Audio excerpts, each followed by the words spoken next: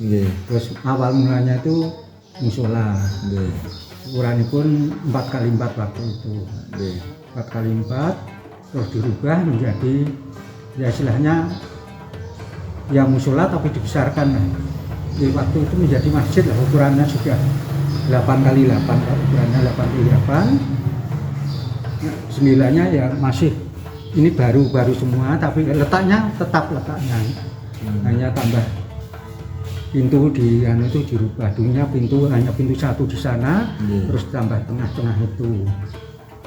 Terus ukuran 8x8. Ya sekarang itu kan sudah dirubah menjadi dilebarkan ke samping. Jadi samping-samping ini tambahan. Tambahan.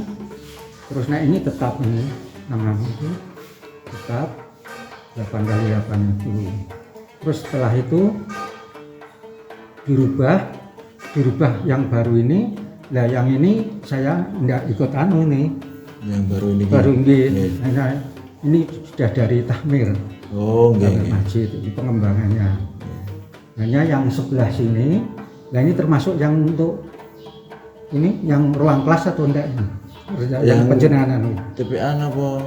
Ya ini hanya khusus masjid atau termasuk TPA-nya? Nah ini untuk masjid. Samping. Nggih samping. Lah yang penjenengan ini apal mula termasuk TPA. Nggih mboten menapa.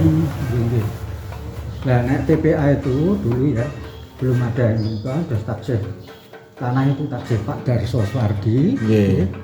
Terus dari Pak Nurdin itu kita menggalang dana tapi enggak dana.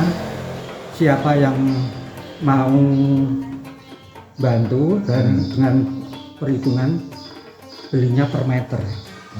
Jadi kita nyumbang tanah, kita buat berapa itu ditapung, akhirnya bisa membeli tanah dari utara masjid ini sampai sana itu keseluruhan. Itu masuk dulu awalnya dari TPA.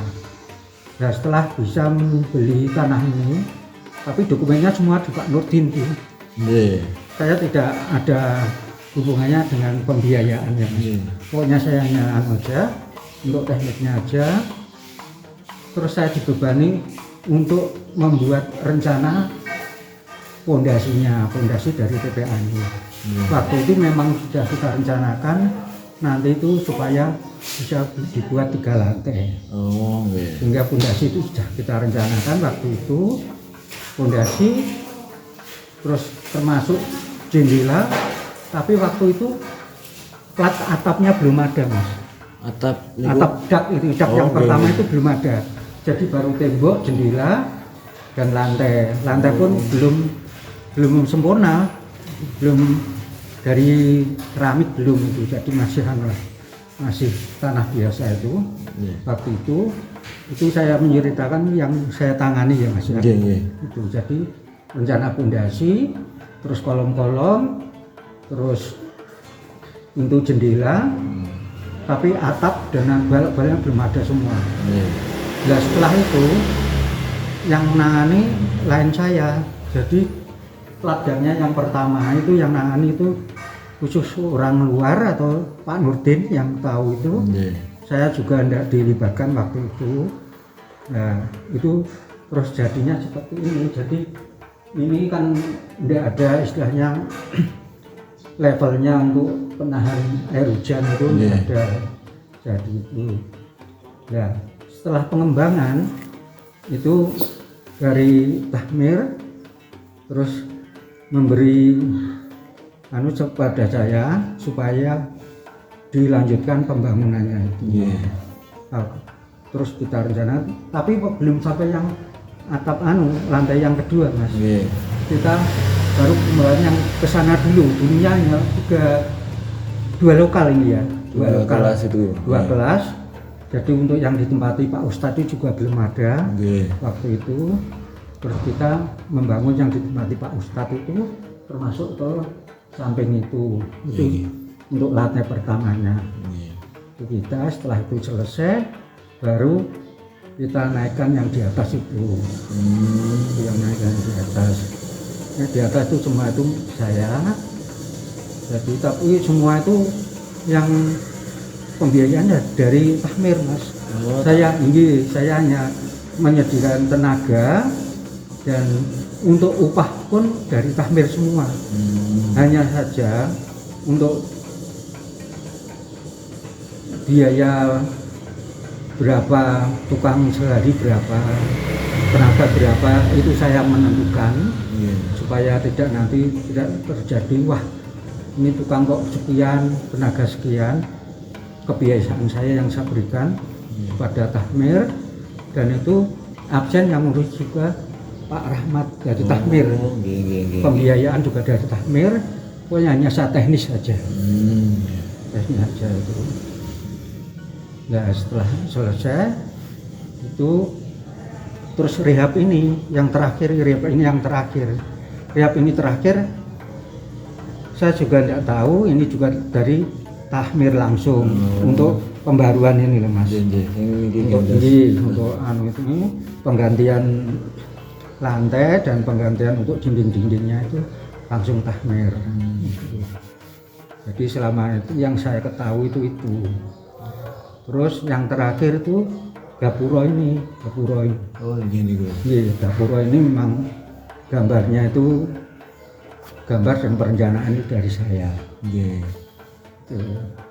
Hanya waktu pelaksanaan saya karena banyak kegiatan saya jarang kesini.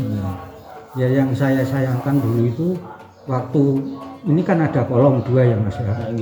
Kolom 2 itu bawah itu harusnya ada slope sebagai kopel supaya bangunan itu tidak geser, tidak kemana-mana, itu ada slope.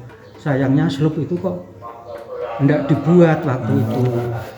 Saya tahu itu sudah jadi, sudah jadi slope kolomnya sudah jadi. Nah untung aja di sini itu tanahnya tanah padas. Tidak padas itu kalau sampai geser itu bahaya sekali. Yang mudah-mudahan enggak, itu yang saya tahu hanya tentang pengembangan lainnya itu di luar saya. Jadi ada tambahan aksesoris apa itu semua dari tadi. Ya alhamdulillah waktu dulu itu yang gigih mencari dana itu memang Pak Nurdin. Jadi memang peran dari Pak Nurdin besar sekali. Sehingga kita dikumpulkan, semua dilibatkan bisa membeli tanah luas ini. Saya di sini mulai tahun 97 Mas. Dulu tidak ada masjid, sini pun langgar. Kita kalau teman-teman kalau sholat itu di Mukorobin Mas. Mukorobin itu yang samping mana itu? Oh iya, itu masjidnya masjid Mukorobin. Nah dulu kan ya direhab itu setelah sini saya juga merehab di Mukorobin itu. Jadi belum dibaku oleh Man, masih masjid anak warga masih Mukorobin itu terus dengan pengembangan akhirnya direhab oleh Man, pembiayaan dari Man, terus berkembang itu. Tapi ning lingkungan apa sing masjid pertama niku nggih Mukorobin apa Riyadhah Iman, Pak? Oh, Riyadhah itu terakhir sekali, Mas. Oh, terakhir nggih. Itu Mukorobin. Mukorobin terus baru sini. Oh, nggih. Sini terus itu Darunajah. Aliklas niku nggih. Aliklas terakhir itu, terakhir. Itu. Jadi jenengan mulai teng masjid niki 87 itu saya masih di kalau sholat masih di Mukorobin. Jadi ini kan musola jadi kan musola. Saya mulai rehab itu. Mulai rehab 87. Iya. Berarti sing bagian mencari dana nggih Pak Nurdin, Pak Bambang. Iya, Pak Bambang Purwanto niku. Pak Purwanto. Pak Bambang Kidul niku. Kidul nggih. Iya, Pak Bambang. Yang dari dana itu. Khususnya dari dana itu Pak Bambang dengan Pak Nurdin dulu. Ya Pak Giman nggih sanjang. Nek niki Pak sing tasih saged ditangleti jenengan kalih Pak Bambang. Pak jenengan kalih Pak Bambang saged, Pak Giman nggih saged ngoten. Pak Giman ngoten niku. kayak wingi kula nembusi.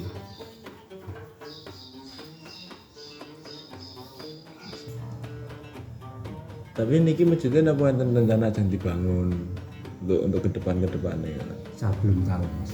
Belum tahu. belum enten obrolan ngoten. Belum. Kan kayak masjid-masjid di luar yang belum tingkat nanti tingkat kali ngoten. Belum ada.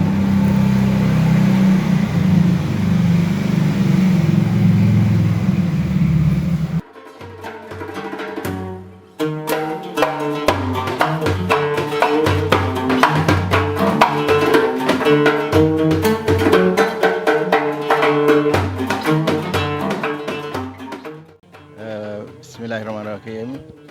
Masalah pembangunan Masjid Darussalam waktu dulu itu, tapi tanggalnya saya tidak saya lupa.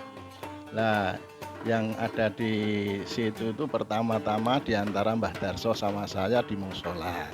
Mbah Darso rasan-rasan begini, Mas Giman, aku jane arep wakaf lemah 100 meter gen tinggo masjid.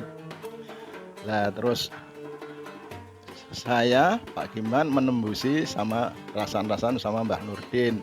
Karena Mbah Nurdin itu dulu sebelum bangun Darussalam, dia itu membangun Masjid Ngadisono Al Hidayah.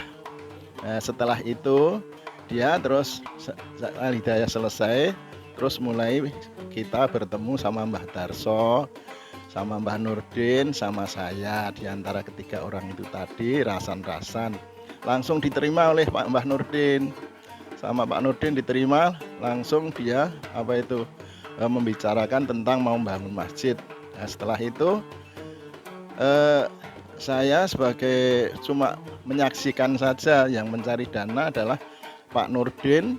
Nah, setelah itu saya ketemu dulu itu Pak Bambang Partono sama Pak Ridwan, Pak Rudi, itu jamaah pengajian saya di waktu dulu Darussalam belum ada masjid dan belum ada musola, belum ada pengajian. Nah, saya ikuti pengajian itu kelompoknya Pak Lili dulu ketuanya. Setelah itu saya rasan-rasan sama Mbah Nurdin, terus Pak Mbah Nurdin nembusi sama Pak Bambang Partono. Setelah itu mulai mencari dana dan Mbah Darso sudah menyerahkan kepada Mbah Nurdin. Ya, saya juga dengar karena sama saya. Nah, setelah itu Mbah Nurdin yang meletakkan batu pertama itu Mbah Nurdin milih, yaitu namanya Pak Hamzah Sungkar, itu takmir Masjid Penumping, Masjid Istiqomah kalau tidak keliru, itu yang meletakkan batu pertama. Waktu itu peletakan batu pertama itu belum ada material, cuma satu semen sak, satu sak semen dan satu kol pasir dan batu satu kol dulu itu. Jadi setelah itu kita sudah mengenalkan Pak Bambang Partono, Pak Nurdin, yaitu pencari dana yang paling kuat itu. Setelah itu kan dia itu kenalannya orang yang kaya-kaya dan mantan murid-muridnya dia seperti Pak Dr. Tunjung, temannya dia Pak Asmuni, itu ditodong semua sama Mbah Nurdin. Tapi Mbah Nurdin itu dia itu kalau dikasih uang nggak mau, yang penting butuhnya material. Kalau kasih uang dia nggak mau, karena dia itu yang bayar tukang itu aja diserahkan, dia nggak mau bayar. Jadi cuma siapa yang mau bayar tukang berapa hari ditodong gitu-gitu, tapi terlaksana sampai bisa mendirikan masjid itu dengan jerih payahnya para jamaah. Dan yang paling utama itu ya yang berkecimpung itu pelaksananya, yaitu Pak Sripan Mustafa, itu pelaksana. Tapi yang berkecimpung sampai mencari dana pembuatan masjid itu jadi, yaitu Mbah Nurdin sama Pak Bambang Partono dan kawan-kawan. Semua jamaah dikasih struk sama masjid itu, karena sudah terus dibentuk panitia. Setelah dibentuk panitia, semua dikasih struk. Ya temennya sopo, tonggone sopo sing arep nyumbangi gawe masjid. saya juga bawa dulu itu banyak, tapi ya alhamdulillah semua menghasilkan yang memuaskan. Jadi kita sampai orang Padang, pelanggan saya Pak Ridwan almarhum itu aja tak mintai, pelanggan yang kiranya itu kenal sama saya tak kasih stroke. Dan stroke kalau kembali tinggal suwean sama uang, jadi enggak yang itu tulisan-tulisan lain ditinggalkan yang penyumbang dana itu tadi. Mungkin setahu saya sampai jadinya masjid yaitu jadi setelah disetujui terus dimulai dibangun sampai selesai, alhamdulillah bisa selesai dan tidak ada hambatan, enggak sampai kok macet itu enggak. Jadi terus setelah itu ya terus kita menjadi masjid semegah ini yaitu karena ya sedikit demi sedikit. Dulu itu masih giat sekali.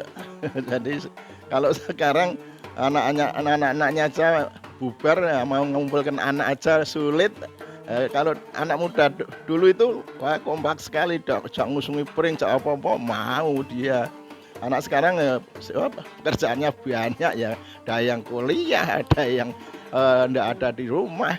Jadi kita itu beda sekali sama dulu. Ya itu alhamdulillah sampai sekarang masjidnya alhamdulillah di Mbah Nurdin itu menyerahkan sama Saifuddin supaya diuri-uri. Jadi Saifuddin itu mendapat amanah dari Mbah Nurdin. Kalau enggak mendapat amanah dari Mbah Nurdin, dia itu mungkin sudah pindah dari situ karena dapat amanah. Jadi dia itu melaksanakan apa perintahnya Mbah Nurdin. Jadi setelah sudah Mbah Nurdin itu katanya dulu sertifikat itu dimasukkan ke ke Muhammadiyah. Jadi enggak boleh dinamakan perorangan, enggak boleh dinamakan siapa-siapa. Kalau di organisasi Muhammadiyah itu kan enggak mungkin ada yang mau pinjam carikan uang diutangkan, enggak mungkin. Maka Mbah Nurdin bilang ini saya masukkan di Muhammadiyah. Kalau enggak keliru dulu itu masjid itu, kalau enggak keliru loh, itu sertifikat yang nomor 40-an berapa gitu. Jadi saya masih agak teringat karena Mbah Nurdin itu tangan kanannya saya, diajak kemana-mana minta-minta itu saya itu sering diajak.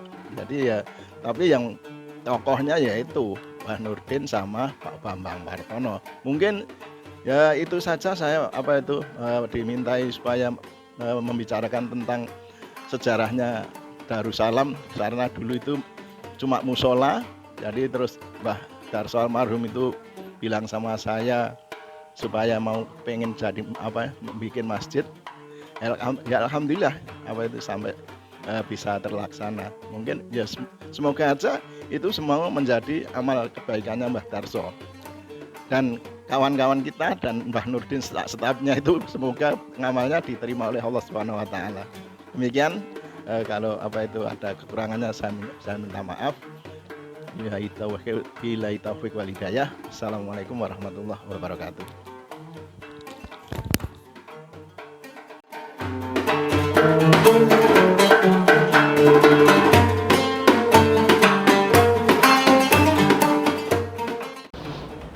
Jadi begini, pada mulanya itu Mbah Darso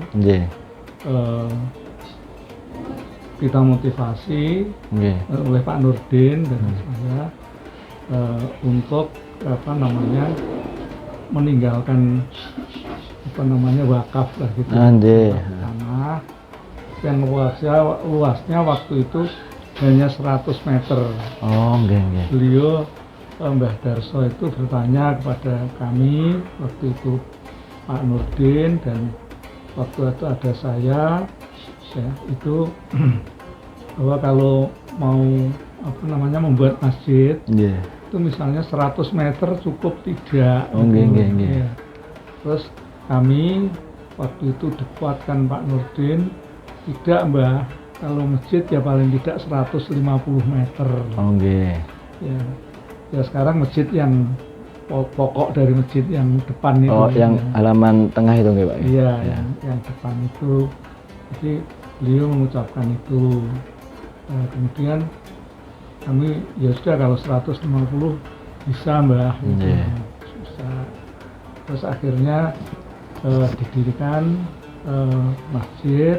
Waktu itu tidak punya modal apapun, uang juga tidak ada, persediaan apapun nggak ada. Tapi karena sudah ada ikrar dari Mbah Darso, sehingga kami melaksanakan. Ya. Untuk pelaksanaan itu kami waktu itu terus semacam panitia gitu. Ya, intinya saya dengan Pak Nurdin, kemudian kami karena mencari dana waktu itu yang mengumpulkan sedikit-sedikit. Waktu awalnya terkumpul untuk membeli pasir 1 truk, terus membeli batu. Batu kali. Ya 1 truk. Kemudian semennya belum ada. Ya, terus akhirnya oke lah, pokoknya kita nanti bisa berupaya untuk meletakkan batu pertama. Nah, akhirnya untuk peletakan batu pertama itu kami menghadap Pak Wali Kota. Wali Kota Solo. Wali Kota Solo waktu itu Pak Kolonel Hertomo. Ya, terus kami menghadap ke sana. Diajak orang duit kan bangun masjid. Ya, yang penting tekad Pak. Gitu. Akhirnya karena kami sudah sepakat, maka kami mengundang beliau untuk nanti meletakkan batu pertama, karena tadi sudah ada pasir, sudah ada batu gitu ya. Itu kemudian kami bertekad meletakkan batu pertama. Tapi waktu itu karena Pak Artomo Wali Kota itu kan kesibukannya bukan main. Akhirnya beliau menugaskan, kalau tidak salah waktu itu Pak Ikhwan Dardiri. Ikhwan Dardiri ya. Pak Ikhwan Dardiri untuk meletakkan batu pertama kala itu. Nah, dikala akan meletakkan batu pertama itu, ya kami sudah nanti terusannya gimana gitu. Tapi insya Allah lah itu, karena bangun masjid pasti jadi. Nah, kami tidak punya target berapa tahun selesai harus selesai. Akhirnya karena Allah, kemurahan Allah, maka waktu peletakan batu pertama itu ada ibu-ibu yang bawa semen digendong sendiri, diletakkan di situ. Kami belum minta, langsung ada yang ngasih gitu. Sudah ada yang ngasih. Nah, itu pertanda baik kan. Ya. Setelah itu akhirnya kami keliling. Saya dengan Pak Nurdin keliling minta bantuan kepada orang-orang yang punya harta. Salah satunya adalah almarhum Pak Mardanis. Pak Mardanis itu tinggalnya di mana? Tiga Serangga itu masuk ke barat sedikit. Ya, di situ itu tinggalnya, tetapi beliau punya toko kertas. Ya, Pak Mardanis punya toko kertas dan percetakan. Nah, akhirnya kami kadang-kadang atau Pak Nurdin kadang-kadang lebih main todong aja. Wah, ini apa ini? Ya, kalau tidak kesini kemana lagi? Minta uang untuk bangun masjid gitu. Nah, terus saya harus pakai apa, memberi apa gitu. Kemudian waktu itu kami mohon untuk batu kali, kemudian minta juga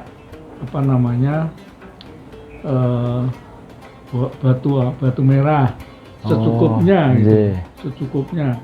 Lah cukupnya berapa gitu loh. Wah, lupa waktu itu berapa puluh ribu gitu loh. Jadi lebih dari 11.000 lah paling tidak. Ya. Itu awal-awal pembangunan ya Pak? Awal-awal pembangunan. Ya terus ya sudah beliau sanggup. Ya toh.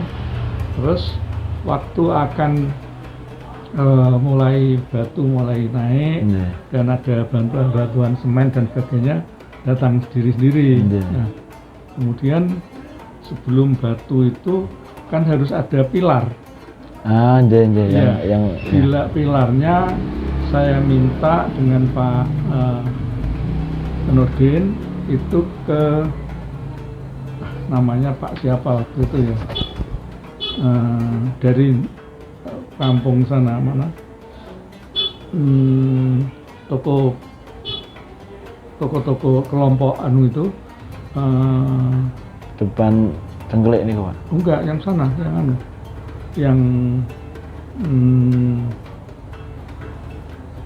Bungso selatan sana. Jadi, nah waktu itu terus ketemu dengan Pak Asmuni. Saya juga kenal dengan Pak Asmuni, Pak Nurdin lebih kenal lagi dengan Pak Asmuni. Akhirnya, lah terus modalnya apa gitu loh, Pak Asmuninya itu. Nah, modalnya tekad. Terus, terus ya saya sekarang minta besi. Besi tinggi agak nih kok. Berapa besinya? Secukupnya. Lah orang di duit itu gue bayar apa? Ya Allah kan maha murah, maha tinggi, maha memberi. Ya insya Allah lah gitu. Ya. Akhirnya beliau ngedrop itu semua kebutuhan. Ukurannya lupa ukurannya sesuai dengan ukuran yang diminta. Gitu. Nah, akhirnya dikirim ke sana. Nah itu sampai berapa kami belum bisa bayar. Ya terus akhirnya ya Pak Asmuni sekarang sudah meninggal. Ya. Terus ya sudah alhamdulillah dikirim. Terus bantuan sedikit terus kita minta. Nah, kemudian waktu itu akhirnya minta tadi Pak Marganis minta batu merah secukupnya, ya. Kemudian batu merah mau dipasang dan nanti jendelanya, pintunya dan sebagainya pakai dari mana gitu.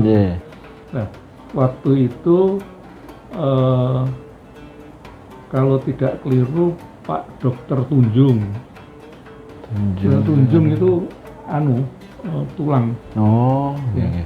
Tapi Pak Dokter Tunjung bilang jangan urusan dengan saya, dengan ibu. Ya, ibu itu Bu Dokter Kusuma Wardani juga dokter. Nah akhirnya kami minta sampai tadi ya kemudian agar beliau itu bisa menyelesaikan pintu dan sebagainya itu, ya, terus sampai kepada nanti atap. Berdiri sampai atap.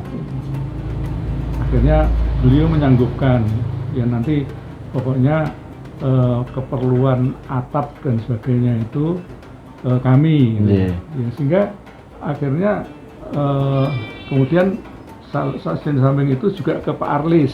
Arlis itu toko kertas Slamet Riyadi juga. Pernah ngertos Pak. Almarhum. Pernah. Almarhum. Ya. Jadi beliau mencukupkan anunya. Ya pokoknya hanya beberapa, tidak banyak orang lah akhirnya. Nah itu satu hal yang ada sedikit catatan itu gini, catatan yang lucu ya. Kalau kami datang kepada para agnia itu, sudah ketemu satu orang dan satunya lagi tidak ketemu, itu dengan Pak Nurdin kami sepakat kembali Pak, nanti tidak berkah, tidak dapat banyak lagi. Ya, akhirnya ada semacam keyakinan kami gitu. Pokoknya kita harus ketemu, kalau ketemu itu ya sudah ada kesanggupannya atau tidak gitu. Ya. Kadang-kadang kita todong Oh, arep mbok apa duitmu? Itu Pak Nurdin. Iya, Pak Nurdin kan begitu. Emang kok gitu Pak Nurdin. Ya. Nah, terus alhamdulillah dengan beberapa orang ini tadi kami tidak perlu berlelah-lelah kemana-mana. Nggih. Ya. Artinya nodong sana, nodong sini terlalu banyak enggak. Ya, artinya tadi pendirian itu sudah mulai dari besinya, Nggih. terus batu merahnya, Nggih. terus sampai kepada semennya dan sebagainya itu akhirnya tercukupi dari beberapa orang saja. Tidak terlalu banyak lah, tidak terlalu banyak. Walaupun tetap kami juga minta-minta kemana-mana. Artinya apa?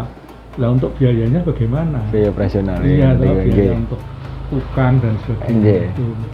Alhamdulillah semuanya itu bisa terpenuhi sehingga masjid itu berdiri di luar dugaan kami. Ya, toh? Karena tidak sampai 3 bulan kalau enggak 3 bulan lah gitu aja itu sudah berdiri. Iya. Walaupun belum sempurna, belum sebagus sekarang gitu nggak ya masih ya pokoknya. Nah itu yang pendirian masjid seperti itu. Nah antara lain tukang dan pelaksana itu Pak Seripan. Mau esok mau pun ngobrol kali Pak Seripan. Pak Seripan pun jelaski bangunan-bangunannya ngoten niku pun jelaski.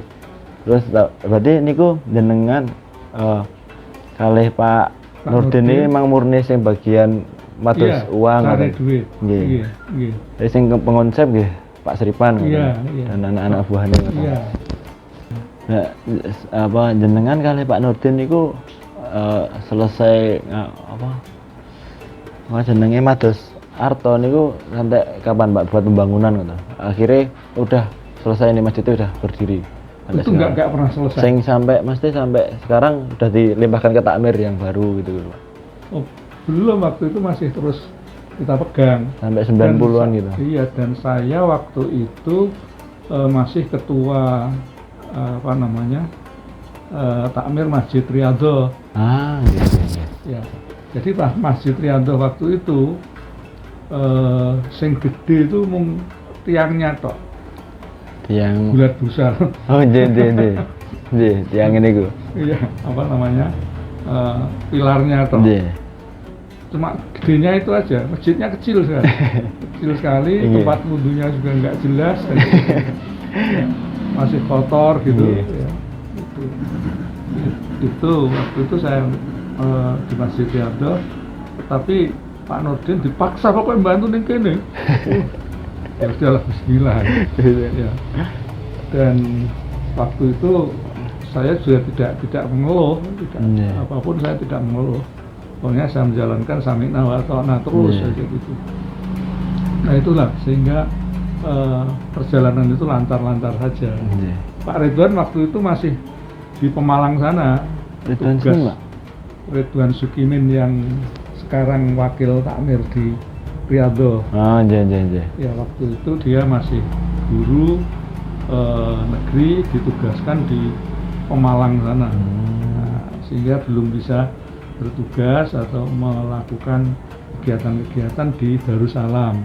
Baru setelah dia pindah dari Pemalang ke Surakarta ditugaskan waktu itu di SMA 2 Sukoharjo yang Mendungan itu. Nah itu dia baru mulai bisa aktif. Itu. Saya kira itu aja. Iya Pak. Jadi nggak ada yang terlalu istimewa, tapi ya ada hal-hal yang gampang gitu tadi. Karena Allah memudahkan. Ya.